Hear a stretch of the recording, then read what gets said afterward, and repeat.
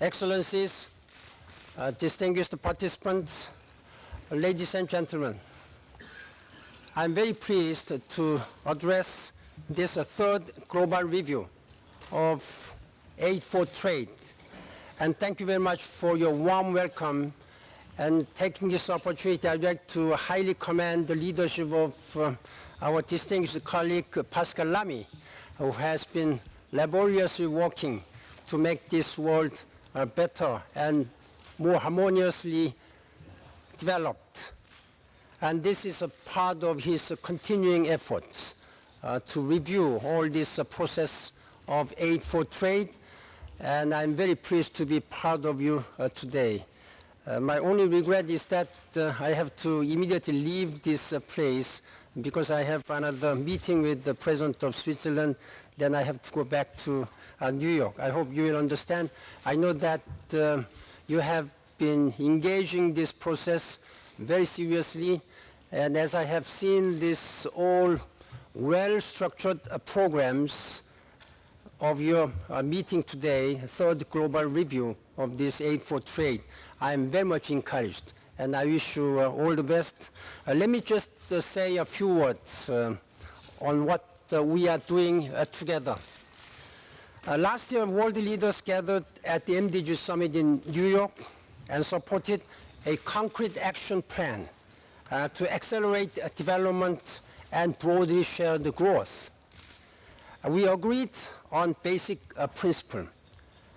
That is, at a time of austerity, we must make sure that resources for development go where they have the greatest effect and can truly help the most vulnerable and the poorest people of our world. Strengthening the global partnership for development, MDG 8 is a key to realizing this promise, and aid for trade is a crucial building block of this global partnership. Aid for trade reflects the international community's commitment to help developing countries participate actively in the world economy and to ensure that these countries can also gain from world growth. In other words, the aid for trade aims to make a deeper integration mutually beneficial, including through strengthening both productive and export capacities of developing countries. I applaud the international community's efforts to mobilize resources categorized as aid for trade. Today, aid for trade accounts for as much as 1/3 of the official development assistance, ODA. However, all is not well. As we all know, this is a time of economic uncertainty. Budgets are tight, but difficult fiscal conditions are no excuse for letting up our efforts. They underscore the need for collective action. The annual rate of increase for aid for trade has slowed sharply. At the very least, I urge the donor community not to fall short of the present level of aid for trade.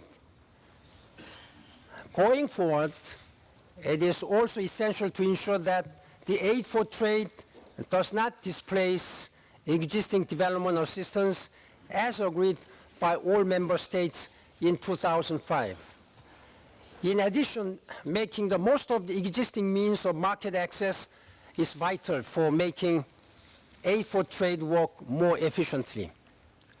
This is even more important given that the Doha Development Agenda has still not delivered despite the decade of intense negotiations. Excellencies, ladies and gentlemen, and distinguished delegates, Aid for Trade initiative and this third global review are of immense value. After all, ours is an age of integration and interconnection. No country can solve these problems on its own, and no global challenge can truly be addressed without looking at the other interlinked issues. We need to keep making the connections. That is what we will be doing at the Rio Plus 20 Conference on Sustainable Development next June.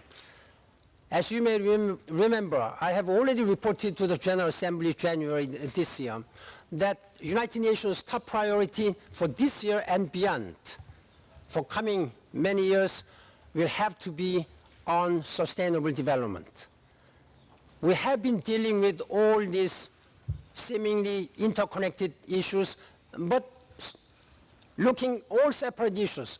But the climate change, food crisis, water scarcities, energy shortages, global health, gender empowerment, all these look separate issues. But if you look at these issues, they are all very closely interconnected.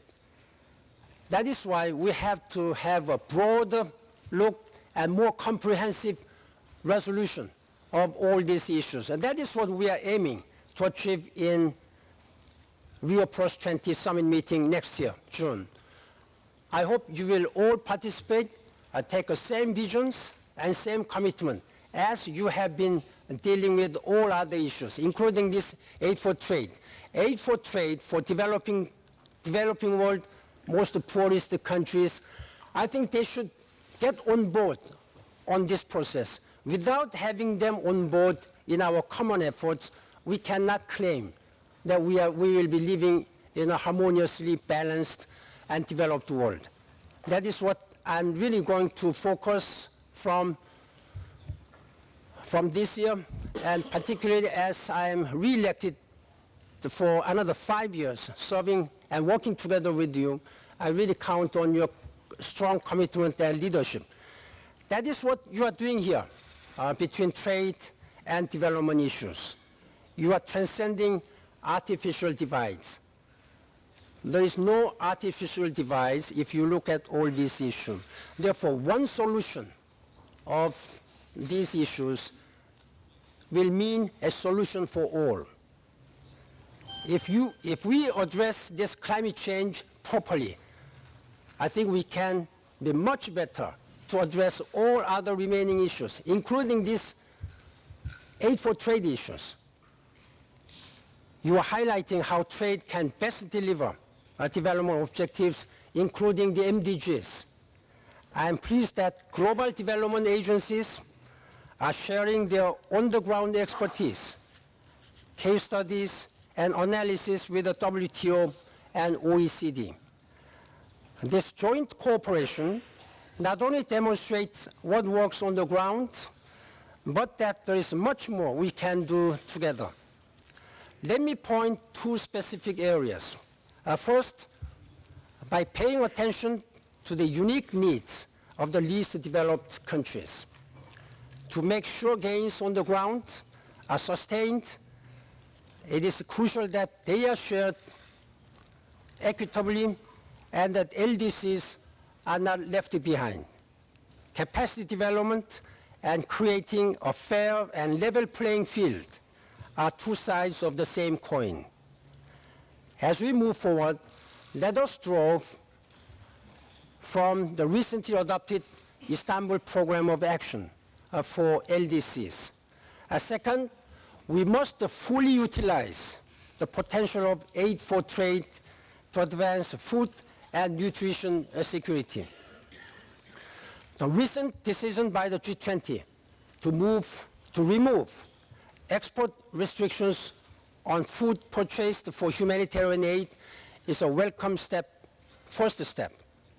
A level playing field will contribute immensely to food nutrition security, especially for the world's poorest and most vulnerable people. In all our efforts, let us remember that meeting our development goals is ultimately about building self-sufficiency and helping people help themselves. It is about tapping into the potential and dynamism of emerging economies and developing countries. It is about generating global economic growth and creating decent jobs In the Millennium Declaration, member states are pledged to promote a rule-based, open, transparent, and non-discriminatory and equitable multilateral trading system.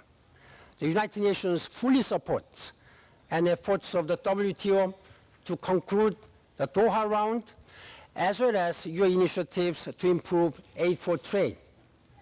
These efforts have mobilized resources, improved monitoring and evaluation, supported regional integration, and advanced the aid effectiveness agenda. I would add that later this year, in November, the international community will meet in Busan, Korea, to further enhance aid efforts by seeking a global consensus on strengthening the equality, effectiveness, and coherence of aid. In turn, the conclusions of the Busan Forum will be brought to the United Nations Development Cooperation Forum to fully draw upon the expertise of all international partners. Distinguished representatives, excellencies, I'm confident that we can reinforce the development impact of world trade through an even deeper partnership between the WTO and UN system's premier development agencies. This will generate much needed additional impetus for our shared development objectives, including the Millennium Development Goals. Enhancing and improving aid for trade can become the cornerstone of this joint work. Once again, I'm proud to be here to emphasize the commitment of the United Nations system to support your work in making aid for trade more meaningful for all member states. Together, let us advance our shared goal of ensuring that the international system works best for those who need it most. I believe that all of us, not only the head of agencies, not only the Secretary General of the United Nations, all of us share same common political and moral responsibility to work for all these poor people and countries, particularly the most vulnerable group of people. At this time, I'm also very much concerned about the impact in the Horn of Africa. I have been raising this issue, awareness of the issue. The 11 million people are being impacted at this time in Ethiopia, Kenya, Djibouti, and Somalia. They're not the alone. We have to support at least 35 million people, refugees. And these numbers are being added and increased because of the situations which happen in North Africa. And we have to support at least more than 100 million people daily, all these people. So there's a huge challenges for the United Nations. That can be overcome only with your strong commitment and leadership and generous support from particularly donor countries. Let us try our best to make this world better for all, and I count on your leadership and commitment. Thank you very much. Thank you.